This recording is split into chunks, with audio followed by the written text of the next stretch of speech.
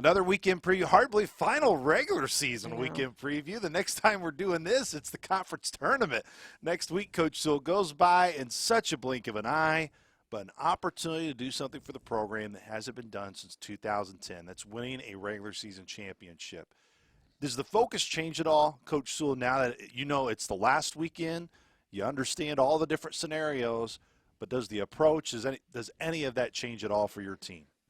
I mean, really, no, we haven't really talked about it too much. We've talked about, we can't start the season talking about one game at a time and then all of a sudden have to worry about 3 games at a time. The routine this week has been the same. I mean, practice, practice, lift, leaving on a Thursday night. Friday I think will be interesting just with some weather issues which we've had. We're not going to play a weekend apparently without having some change or precipitation. So it's another week for us, and we've just really been going nice and light and paying attention to the scout and just trying to make sure that we have everything. Murray's going to be a tough opponent. They were always a tough non-con opponent to us. We have a great rivalry with them, and I think it'll just be a good road trip for us. Again, we need to spend this time on the road from here on out, like we've talked about. It's a road trip. It speaks for itself what Carrie did here as the head coach and all the accolades and all the awards and all the championships that she was able to win, and you being a key part of that, of being an assistant for her. But to know that it's been since 2010, that shows how hard it is to win a regular season championship. It is extremely difficult to do. Don't care the year, don't care the circumstances. To be the team at the top of that many games is so hard. What has really stood out about your team this year that's put themselves in position to do something that hasn't been done in almost 14 years? Well, I think there's, part of it is you have to go on the road and pay attention. We've won the home games for the most part, good home record, but I think we've also won on a Sunday, on a Friday night when the weather's bad, paid attention in some of those games. But we've really had all 3 pieces for the most part. It's going to take pitching, it's going to take offense, it's going to take a great defense. This year, obviously, with the great 1-2 punch on the mound, I think is a huge factor in what we can do by the time we get to Sunday. We're still very effective on the mound, and I think that's helped a lot. The hitting was always there, but the funny thing about the Valley is the team that hit the best has never really won the conference title. It's come down to pitching and defense. Whoever's at the top of the pitching and whoever's at the top defensively usually comes away with the title, and it's kind of proof that the old, defense wins championships, so does pitching. So I think we've taken the pieces that we've had, which were offense and defense, and put them together with a great pitching staff, and that's really been the difference this year. 22-6 away from home. That's your team's record. I mean, 28 games away, and to know that you've won 22 of them, it's a really impressive mark. Going on the road is something that just teams at our level and the mid-major level, if you want to get to a regional, it's just what you have to do. You got to be able to show the committee that, look, we're willing to go on the road, play anybody, anywhere, anytime. Your group has done that. But outside of that factor, can you hit on how that really helps with your team development when you're on the bus, when your ladies are doing homework with each other on the road to hotels, how you look at the end of the season, you're like, man, our last home game, senior day was early. We got to hit the road, and we're on the road for the rest of the year. There's a way to look at it. Yeah, that's disappointing because of how great the home environments are here, but also it really helps your team lock in. Yeah, I think it speaks to probably the personality of this team. They can kind of create their own energy. And I think we like to go out as the visitor in the first 3 outs and kind of set the tone. We're one of those types of teams. So I think it's just been a better year in terms of, with 8 seniors, you're always going to have that leadership. And you have it not only on the field, you have it in the bullpen, you have it on defense, and then you have it in the dugout as well.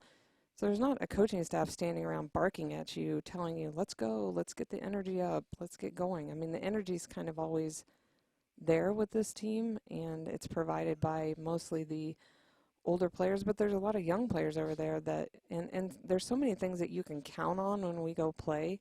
You can count on that Maddie and Maddie are going to do what they're going to do. You can count on that we're going to stick it on defense. And then offensively, you can count on the fact that we're going to hit the ball hard. And I think that makes everybody go out and feel good about what's about to happen. And nobody panics. That's the best part. we've been in games where even in the Indiana State series, there were times I think we scored most of our runs in the fourth inning, which would have been the second or third time through. Nobody's sitting out there worried about, oh, we haven't scored, oh, we haven't, there's goose eggs on the board. Everybody just does their job, and eventually the game gets taken care of. What do you credit your team to being able to adjust within a game? Because, yes, the Indiana State series, you could see the fourth inning, but even going back to the Belmont series, like, you see your team throughout the courses of games really adjust well. Kind of first couple innings, they figure out where they need to make those adjustments, and boom, late in games you have success.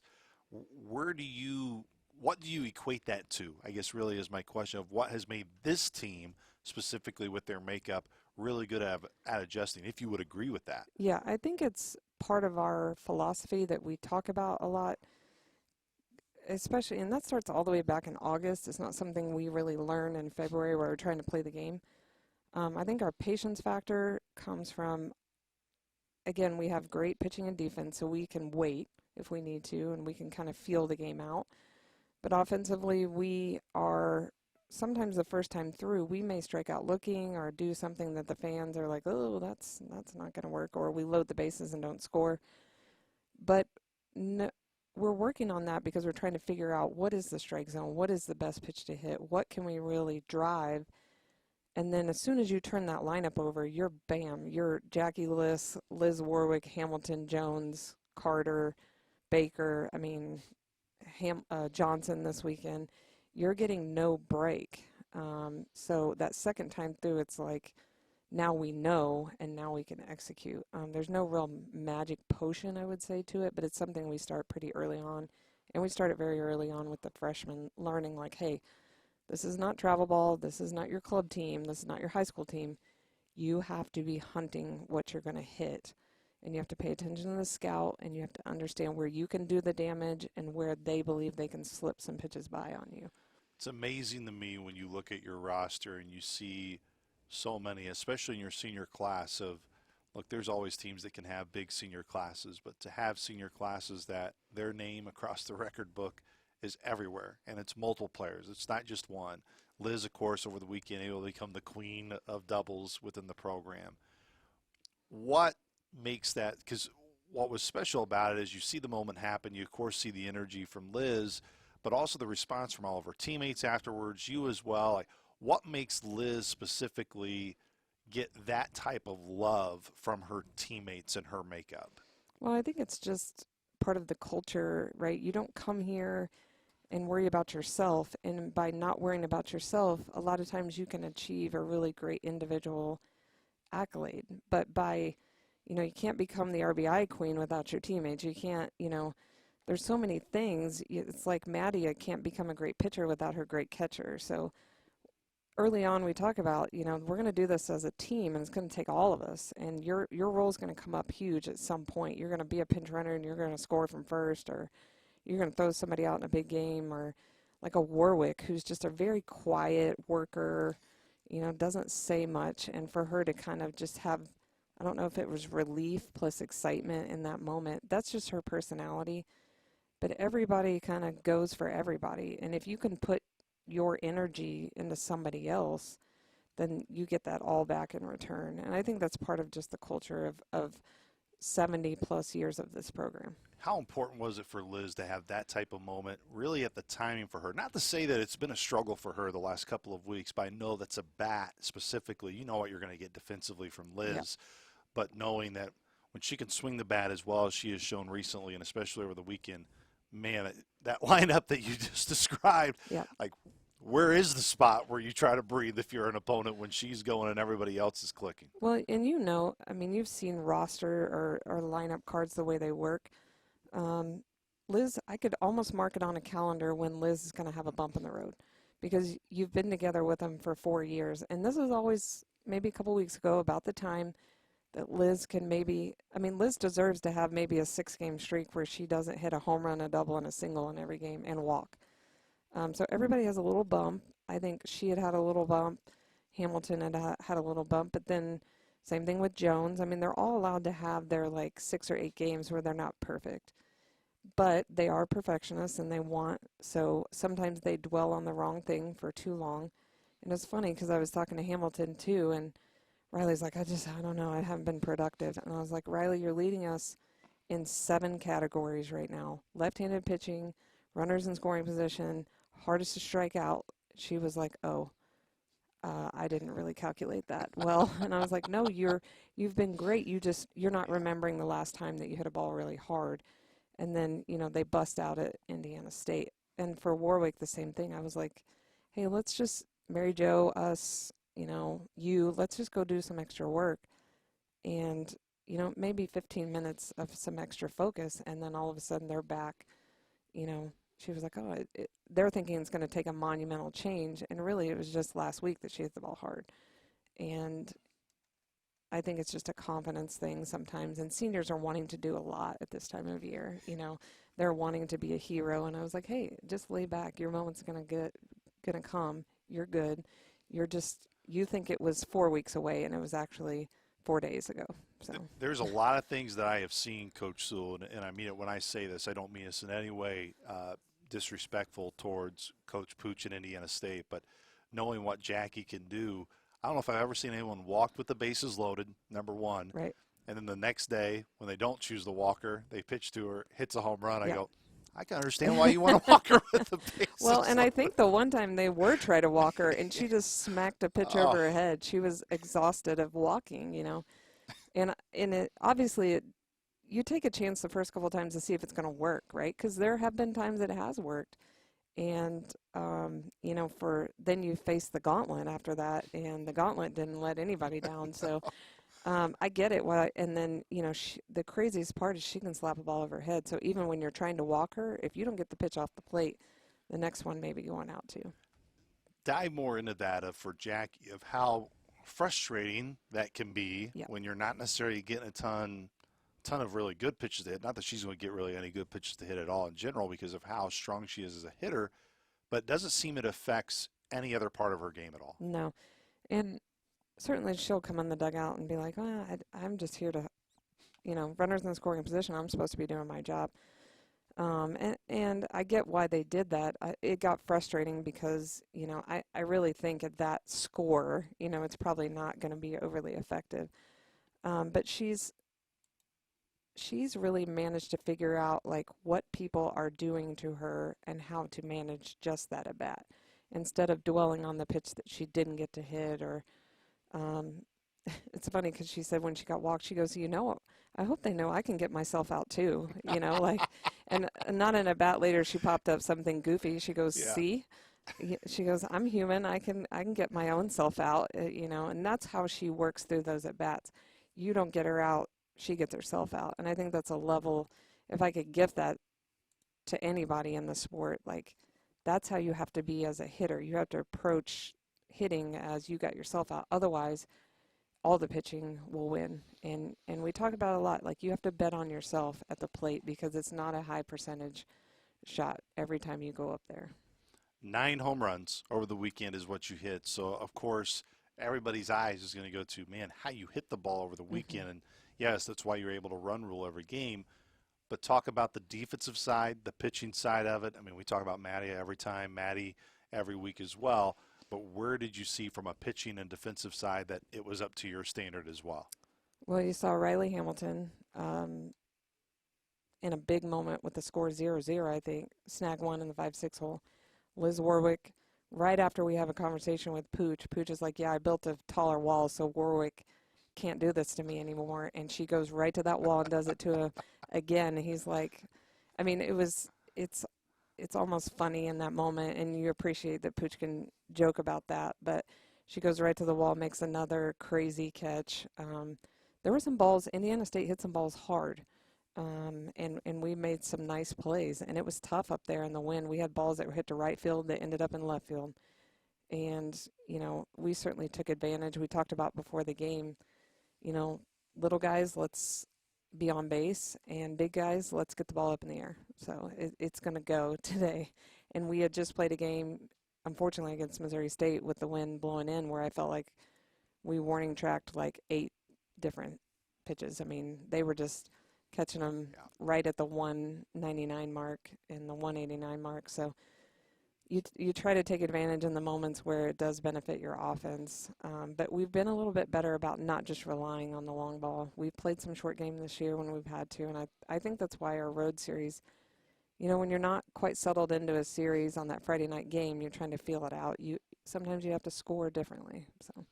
Looking towards this weekend with Murray State, you mentioned the Racers. You've definitely had some good history with them, even prior to them getting into the Missouri Valley Conference. Now being a conference opponent second year, what's the biggest things that stand out about their group that that are going to be a challenge here on the road this weekend? Yeah, their number one will be a challenge, throwing strikes at like a 75% rate, keeping the ball down, keeps the ball in the park. Doesn't strike out a ton, but can. Just going to pitch to her defense and let them handle it. And they run well. They can short game well. They have a couple seniors at the top of the lineup that have been there a long, long, long time. And they always, no matter what kind of year they're having, no matter what kind of year we're having, we come very equal to that first game. So they'll be ready to go. I think they're really climbing, I think, in terms of seeding. So they're probably looking to get themselves in that sort of 5, 6, 7 range, I would assume. I haven't checked the standings, but that Murray State thing has always been a good, healthy rivalry for us. They're well coached, and they don't really have a weakness right now. I think it would be good for us to see a down baller and try to manage that. So One of the areas that actually meant to get to it a little bit earlier, but there's so many on your team that get noticed, and whether it's the numbers on the field, whatever, but there's such a presence that is important off of it and in your dugout. Alexis being able to be honored by the Valley with a Good Neighbor Award. What has she meant to the program, and how big of a role she plays within your team? Well, I think Lex is never going to be the loudest, and she may be the funniest, but she's not the loudest. Lex has just always been there for everybody else. She puts a lot of energy into her teammates, and she's worked down here in the academic center for a long time.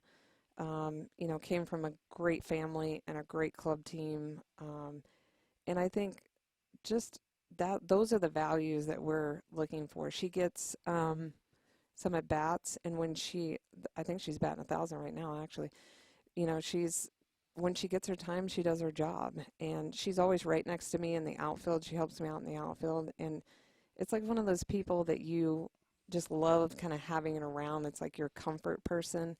And I think she's that to the team. But you just love when the quiet ones who do the quiet work get honored in that situation. That's a big deal. I think it's our first one since Mallory Duran in the early 2010s. So she's just that person, constantly giving, giving, giving, whether it's community, whether it's team, whether it's academics. She's a brilliant kid, great swing, just grew up around the sport. Older sister had a great career as well at Northwestern. So there's a great softball family, and it's going to be a great story. So, Final thing, Coach, before I let you go. Everyone always will say, man, what's your message? What's the main thing you tell your team? And you talk about it's a game-by-game process anyways, and there's not just that one big speech that you give that is the reason for whatever comes to follow. But what are the biggest things that you are just going to be harping with your group as you hit the road today, you head to Murray, and be able to play tomorrow and start the series? Well, I think the thing is you deserve this. You deserve the pressure. You deserve, the fun that it's going to entail. You put in a lot of work. You go out and enjoy it as much as you enjoyed Indiana State, as much as you enjoyed sweeping Belmont. Go out and have a great time. You have to kind of go back to when you were 12 or whatever and you got into the sport, and it was a great sport. It's still very much so the same day, same sport. You just happen to do it as an academic student athlete situation. So we'll stay in our routine. I'm just excited to see the response. The greatest part about coaching on the weekends is you've done the work, and everybody knows what to do. Let's just go do it and have a great time doing it. Let's enjoy each other. It's going to be, for a lot of us, our last, MVC series, and the momentum is there. So let's just go grab it and have a great time. It's hard to equate it, and I know as a coach, when people ask the question, well, can you compare this team to the championship team in 2010 or whatever the case may be? And as a coach, it's hard because every year is different, and you don't want to disrespect any of the other teams that you've coached, because for that specific year, it's just a different group. But in terms of this group playing with so much joy, love, I mean, you watch your team play and you can see the joy that you're alluding to.